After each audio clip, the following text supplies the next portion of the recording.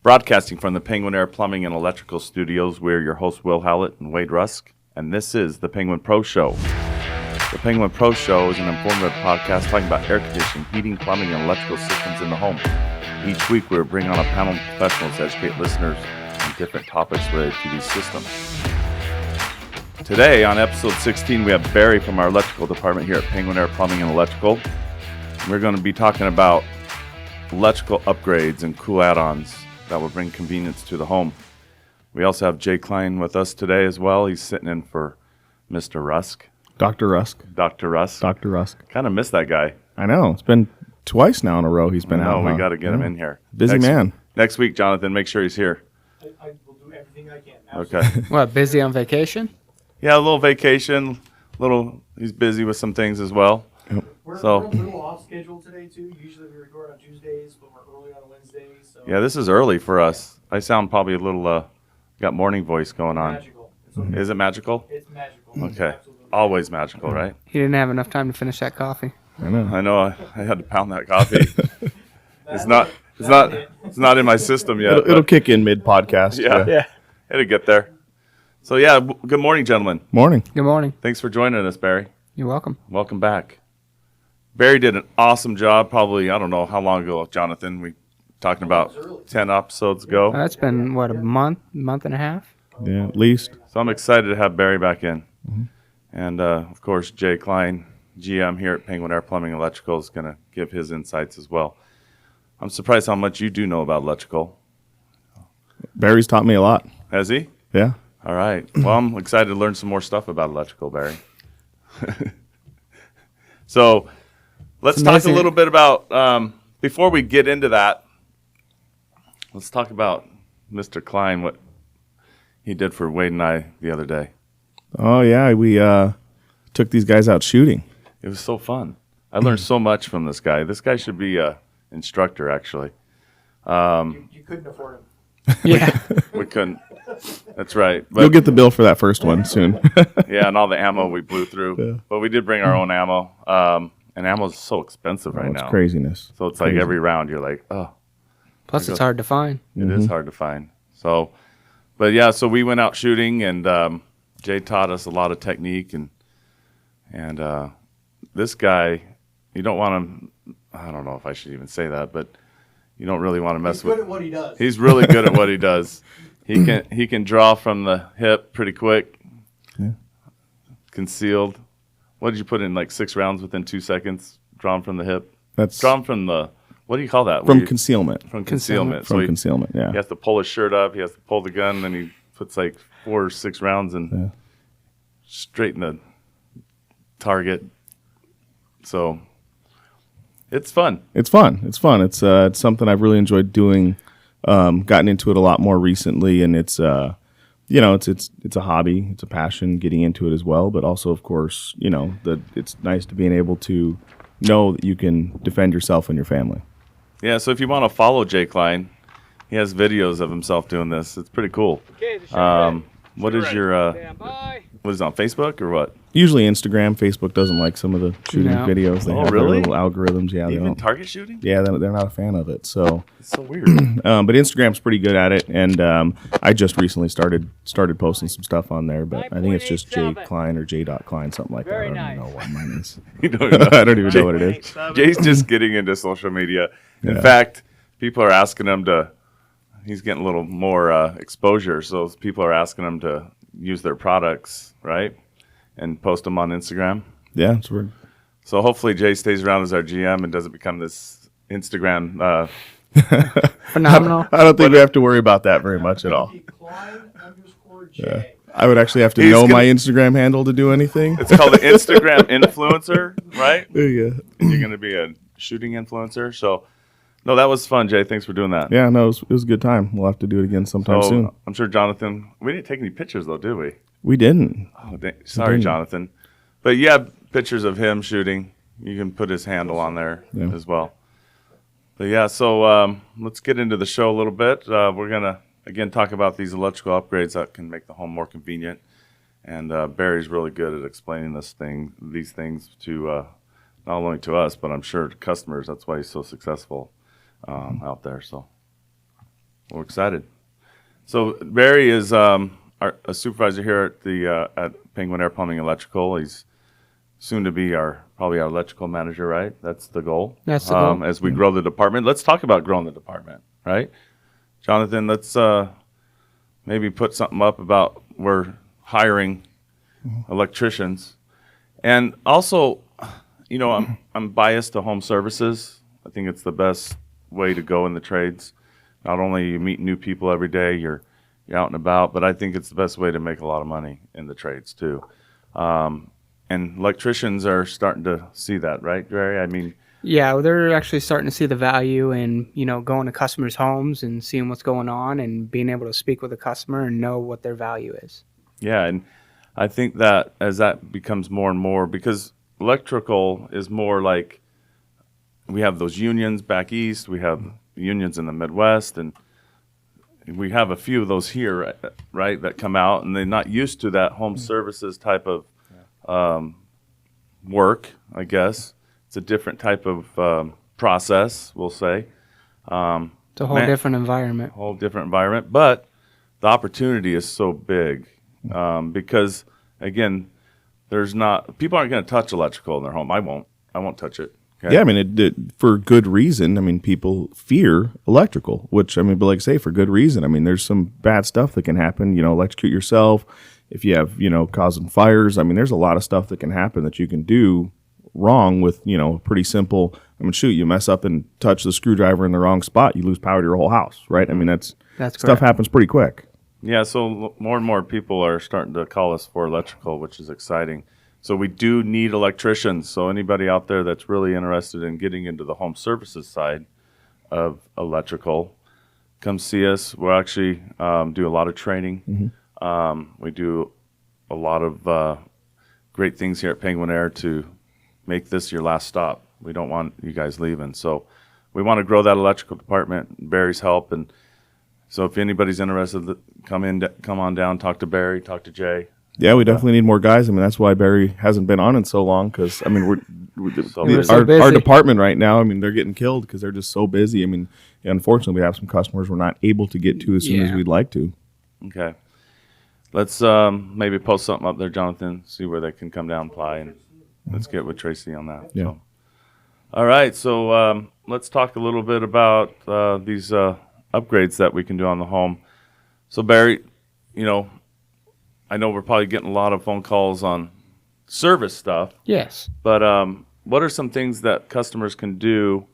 I'm sure you get the questions when you're out there, right? You go out on a service call, and then people are probably like, well, I'd like to do this. I like to do this. I know my wife, when we moved to a new home, she's like, I want all new can lighting. I want dimmer switches. I want this, that, and the other. So let's talk a little bit about that. Okay. So what are some of the main things that you're seeing that people are really wanting to upgrade in the home, electrical-wise? Electrically wise, a lot of people are wanting to upgrade, like getting rid of their old fluorescent lights and doing LED can lights. I've seen a lot of that out in the field. The other thing is making sure the home is safe. So going through, the other thing I've seen a lot is something that's just recently happened is these USB outlets. They're very convenient. You can put them in your bedrooms, especially in the kitchen, because that's usually where your kids are doing their schoolwork, and they need to plug in their computer or their cell phones to charge them, because everybody's on their cell phones these days. So those USB outlets really come in handy. Yeah, and those USB outlets, I actually had you guys put in some as well in my home. They're not just USB. They can have the plug with the USB right in the middle of it, right? Yeah, so you right have in the middle. 4 connections in there. Correct. You have 2 USB out, ports, and then you'll have your 2 regular outlets. Yeah, and those are nice to have next to the bed where you next to your nightstands, things Correct. like that. Yeah, I mean, we did the same. We put them in the kitchen. We put one in the kitchen because that's where my wife usually is. She plugs in her phone. She listens to podcasts and stuff. Hopefully ours, while she's doing dishes and cleaning. And so she plugs in her phone there. And then, of course, we put one on each side of our bed by the nightstands so we can still plug stuff in as well as plug in the phones. And we love them. I mean, Yeah, she ain't going to listen to your broadcast. She's like, I can only I stand have this enough voice at of the it. house.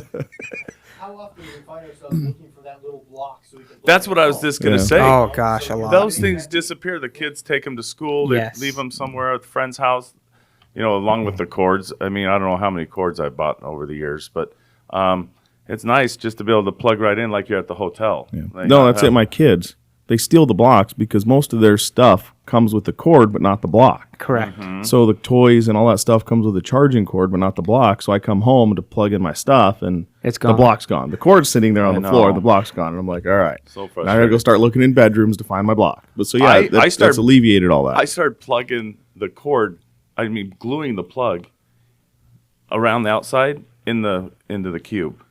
So that it would always with so the they couldn't cord. pull the... Yeah. Pull the I glued That's the- one way of doing it. Yeah. That's funny. I'm like super glued this thing together. So Can we get Will's phone like hardwired? Yeah, right. I know all the time. It needs it because my battery's always dying. But so yeah, that's one thing. Let's talk about dimmer switches. I mean, dimmer switches in my home with these can lightings, man, it's so cool. The whole downstairs is on dimmer switches. You know, Which is a neat idea, especially if you know you're going to be in the kitchen for a long time, but you don't need it that bright, especially early in the morning. You know, when you first wake up, you don't want bright lights on. You know, you only want to see what you need to see to get your coffee in the morning. You can dim down that light and not have to worry about, And Barry, with that, there are some, I guess, really qualifications that need to be met for Yes, that, right? I mean, correct. you have to have a certain light bulb that is Yes. dimmable. Sometimes certain fixtures aren't dimmable. So don't just run down to Home Depot, grab a dimmer switch, and install it yourself because you could cause some damage. There are some things that go into putting in a dimmer switch that a lot of people don't, pay attention to, especially even electricians sometimes don't pay attention to out in the field. A dimmer switch will naturally get warm. If it ever gets hot, that's a bad sign. That means that usually on a dimmer, there's a wattage limit on it. Usually you can get a dimmer that's a 300 watt dimmer or a 600 watt dimmer. What that basically is the calculation of how many light bulbs you have maybe in your kitchen. Let's say you have 6 can lights and you're running 60 watt light bulbs in each one of those cans. You actually have to take account of how many can lights you have and what's the wattage of it to basically make sure that that dimmer is capable of handling that much wattage. yeah, and there's all sorts of. You talk about the light bulbs because I remember you can put in bright daylight bulbs. You can put in what are the bulbs that? Oh, so especially with can lights, now the can lights that we have now, they're so advanced, which is so amazing. Because back then, you'd have to go through and have to change out every light bulb to find out what type of color, brightness you wanted or color temperature. Most of these can lights now that are new LED, they're dimmable, and they actually have a select switch on the very top of it that make it very convenient. Let's say, you're like, I really like this daylight, but I just wanted a little bit more sunlight looking in here, instead of, it being such a white light. It's very simple to just change the mode of it to, turn it to that yellowish light and still be able to dim. And that's actually in the can. Yes. That's right. I remember now. Is that something that you can like swap day to day? Or do you actually No, I mean, you can if you want to, but it wouldn't be convenient because you'd still need to get up on a ladder. You'd still have to pull down the trim a little bit to change it. But it's something that, let's say we installed those can lights, a year from now, you're like, I really don't care for that color. I'd like something a little bit more yellower. Instead of you have to replace that whole entire can light or that trim, you can just change the mode on it. Yeah, my wife picked up a lamp, had no idea, and you pull the cord, and with the cord pulls, it either dims or it'll change the color temperature of the light a little bit. And we're like, oh, Yes. I didn't even know it would do that. And it would go to more like your bright white and then more to your yellowish. And then, like, say, it would have a dim setting. And it was with every pull of the cord, just one she got for the living room for by the couches. Pretty neat. Yeah, it is neat. I do have those. I remember when you guys were out. They're like, "What do you want it set at?" And I was like, "What are you talking about?" And Heather's like, "I want them bright down here. I want them in this area. I want them a little light, softer, so like the bathroom and stuff like that." But it's cool stuff that they have with those can lights now, and we're starting to see more and more people switching out all those can lights. They're not. It's cleaner look on the ceiling. Yeah, right? it's flush. It looks a lot more modern than, that old school fluorescent or, something that you kick on a switch and you have to wait a moment, especially in the older kitchens. You'll have to wait a minute to get the light to come on. Yeah, I remember. This is in as a kid. into taste at least, so it's quick. Yeah, you get a few little flickers, and then all of a sudden the light actually kicks on. correct. Yeah. Yeah. Yeah, so dimmer switches, USB outlets.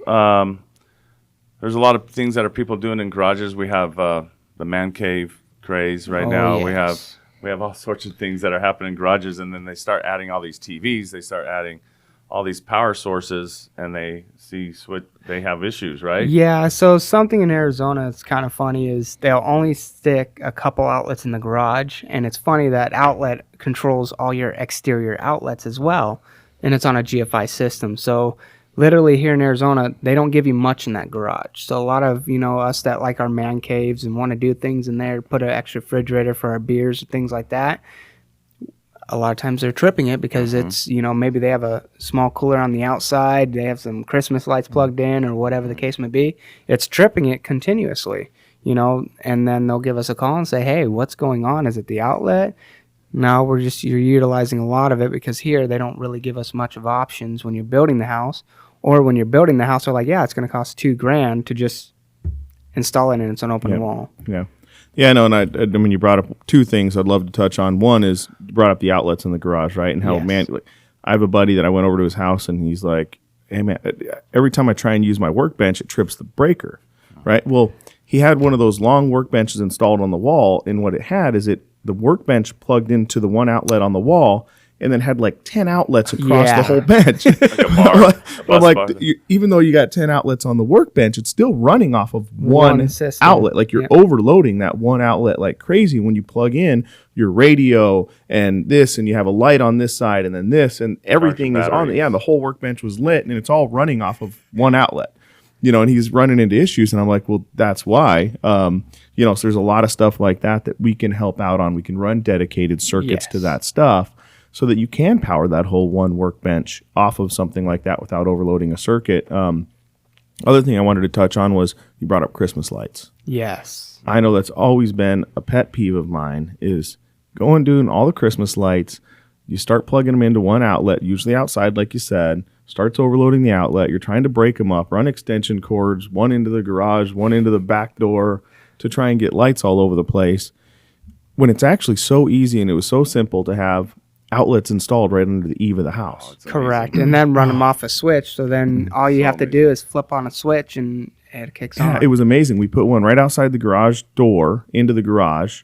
So it's like literally just flip it on. Then we ended up, of course, putting it on a timer, but flipping it on and they're all right there. And it was amazing when I was talking to you guys on the electrical side of how easy that outlet is to run because it was all in the attic, right? Correct. I mean, you just literally poked it out right in the eave of the attic. No big deal. It was actually cheaper than running one in the house. We have to go down the wall, through the wall, that stuff. Correct. Man, that was a lifesaver. You could even put that on one of those little, what are they called, the light sensing things? Timer switch. Yeah, so the convenience of that is phenomenal. Yeah. It is convenient. Well, it saves you a bunch of hassle too. Also think about it, especially Arizona weather is, unpredictable. Let's say you have an extension cord running all the way out and, in your lawn where you have grass and the water kicks on. What is it going to do? Trip it, right? Is it going to trip it? So if it's all on a switch, it's easy to be able to turn off and not run into that complication of, hey, I just lost power with what's going on. Yeah. It's funny. I can't live without that now. It's ridiculous. But my first house that we bought, it had it. I don't know. The builder put it in. It's so crazy. And I was like, and then we moved into this second home. And they weren't there. I'm like, Heather, we need to get the electricians out and put these outlets underneath the eaves. I put like two of them on the underneath the eaves up on this The second story. Second story as well because I don't, and I like the clean look. I don't want all these extension cords everywhere. And my big worry was, of course, I got 3 kids, smaller kids, right, all under 10, 3 kids, and so my worry is running all these cords all around in the place where they're playing in the front yard, that kind of stuff.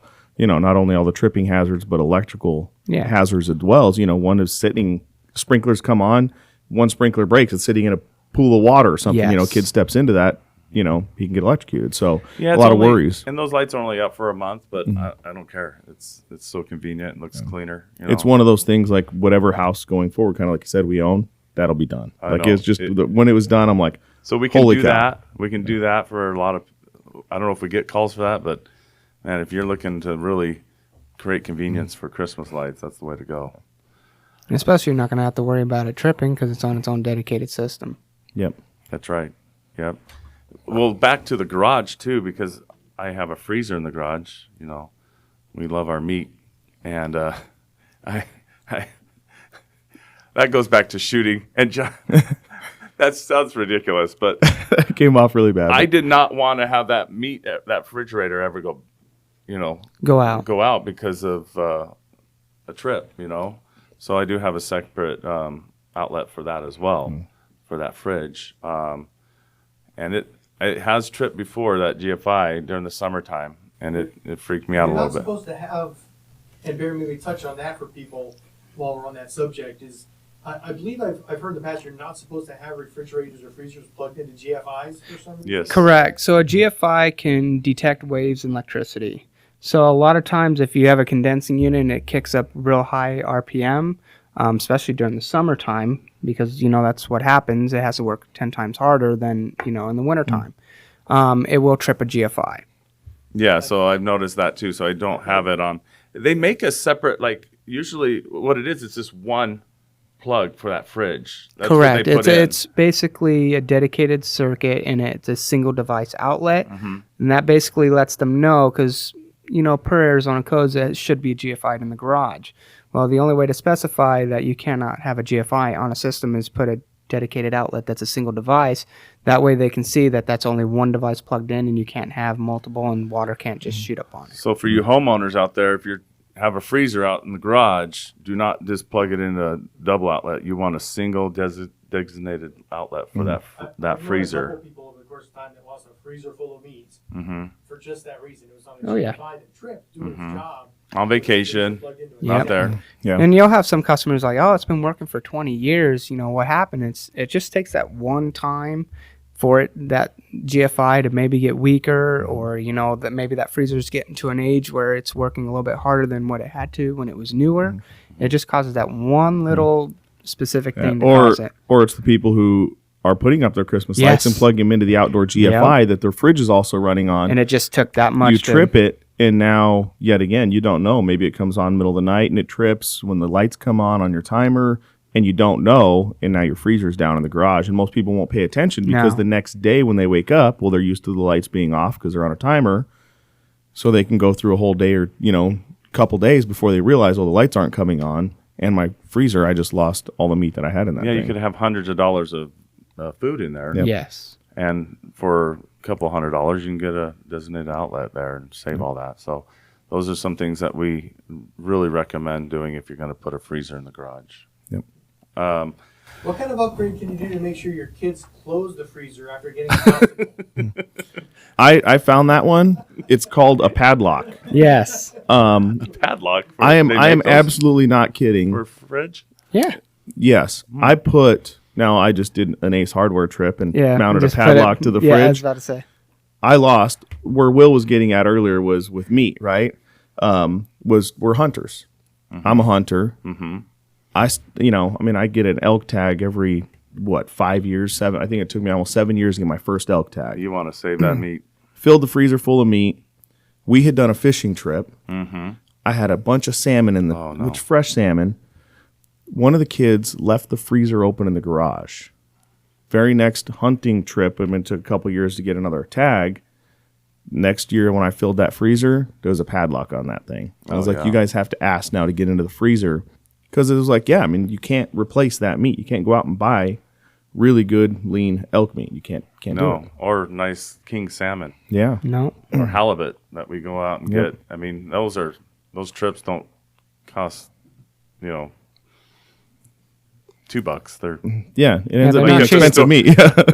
that's expensive, very expensive meat. So, very important that homeowners do that if they want to put a freezer in the garage. So, we got ceiling fans we can talk about. I know that's very important here.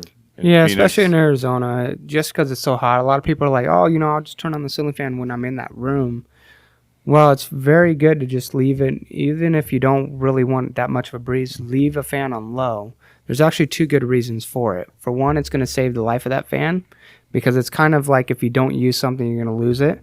So a lot of people that are like, oh, I don't use this fan. It's, I haven't used it for 5 years and I just kicked it on and now it's squealing. It's always good to leave a fan on low.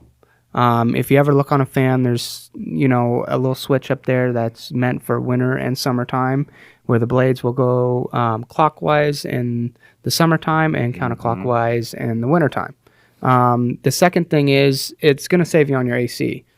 A lot of times if you have a fan in a room, you'll notice a difference if you leave it off and your air conditioning's running.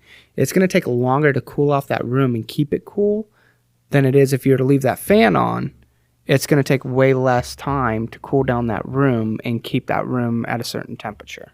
Yeah, they're helping circulate the air throughout the Correct. house. And something I'd love to bring up too, Barry, is because I did this myself early on. I made a mistake. We moved into a house.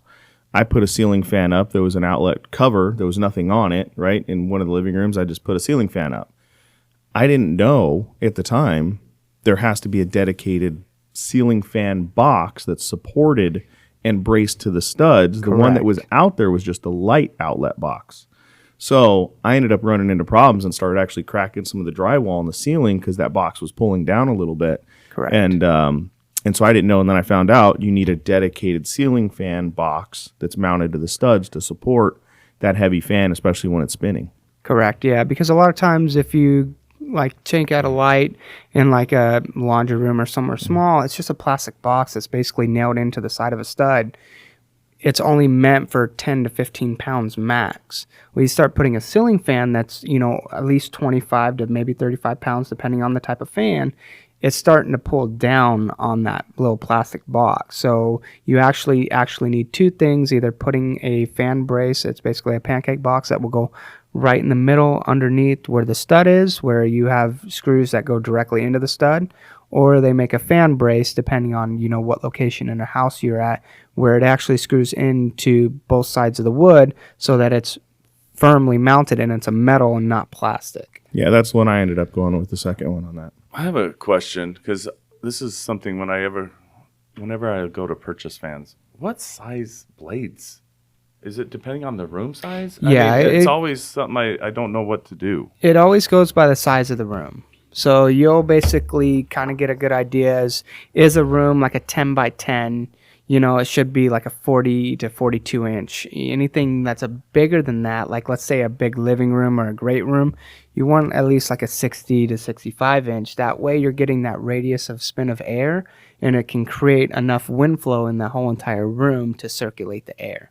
Okay, so is there like a formula for that then? So do you just go off the size of the room? I just go off the size of the room. There's really no major calculations. You'll go off your ceiling height, obviously, make sure because certain fans, even though the bigger the blades, the more the fan needs to come down.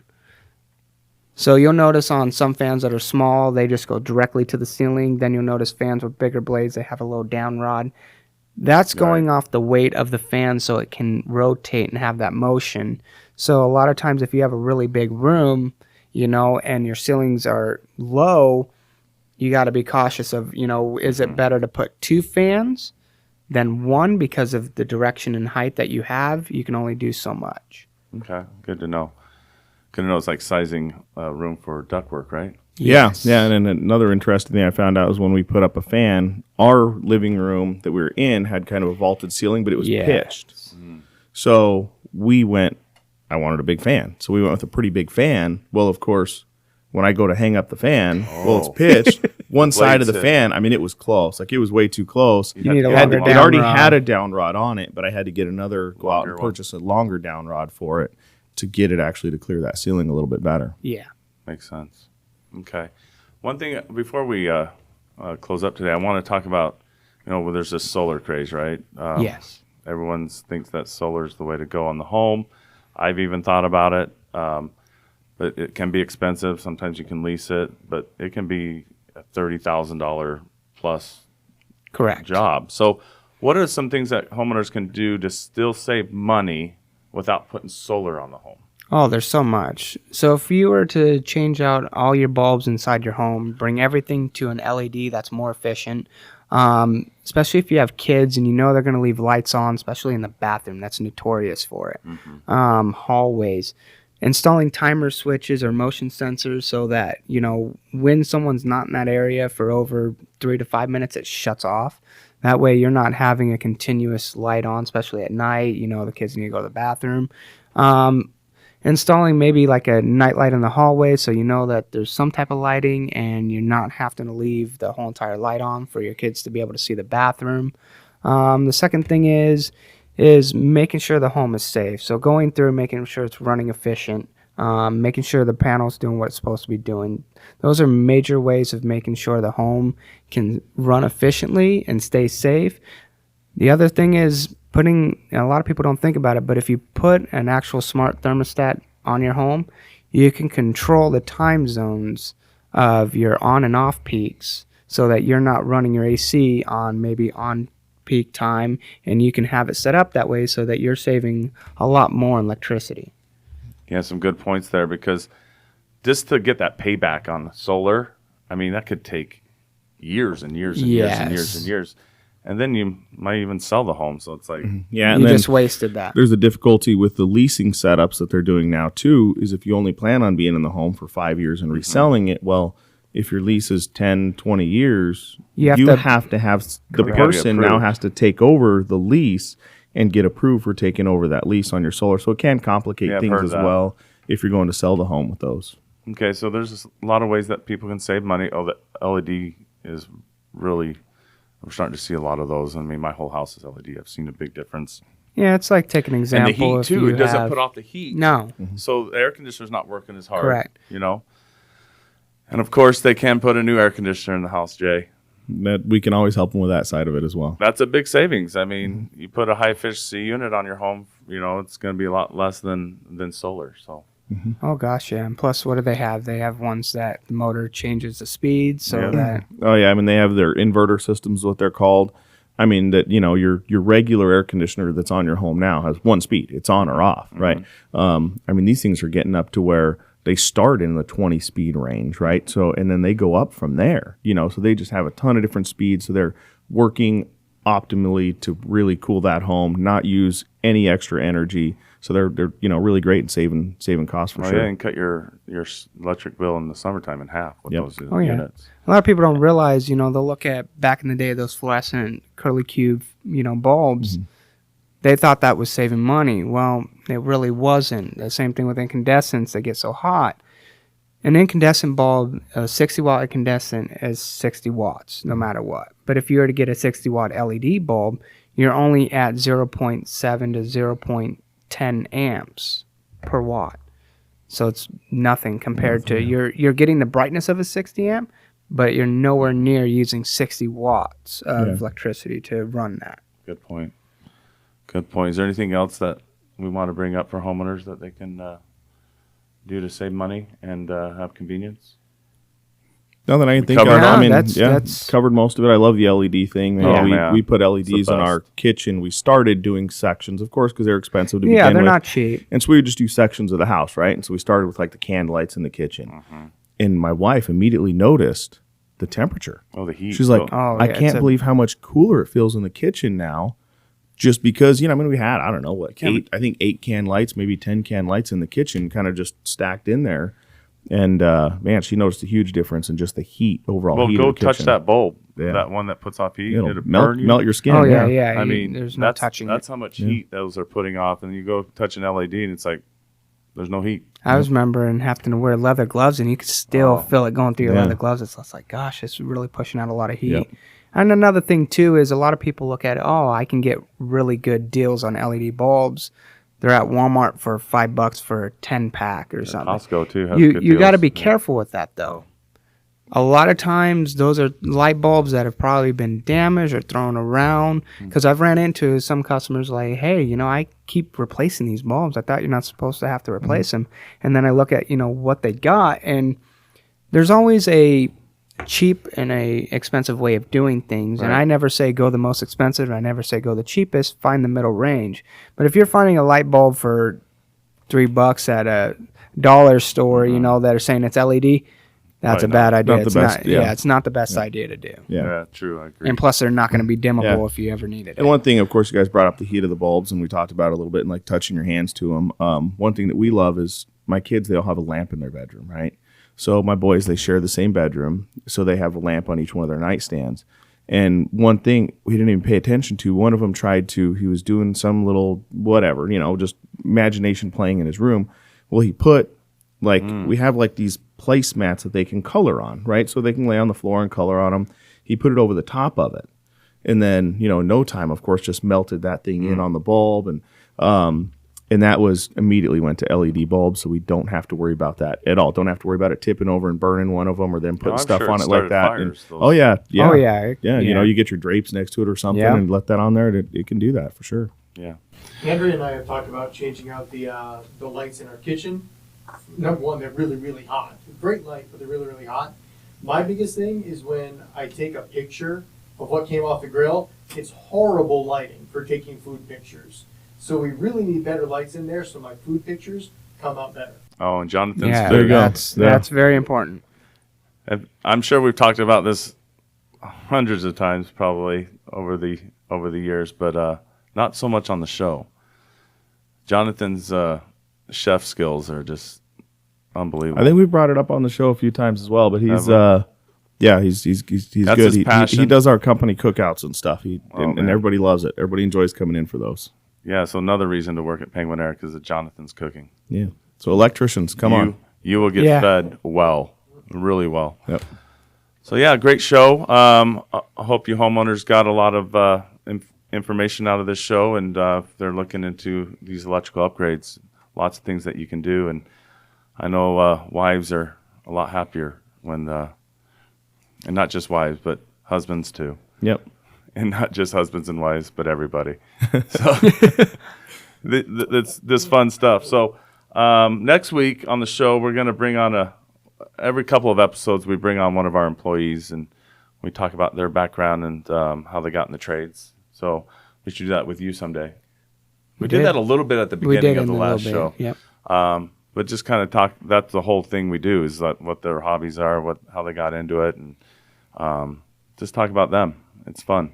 So we're going to be doing that next week. Is it a surprise, or does this person know they're coming on? It's a surprise. Okay, good. Surprise. We'll keep it a surprise. So thanks for joining us, Jay, Barry. Yeah. You're welcome. Thanks for having us. And you homeowners, go ahead and like, comment, subscribe. We're on all sorts of different podcasts. I think you can find us anywhere now. So go ahead and like, comment, and subscribe. We'd love to hear your comments. And have a great day.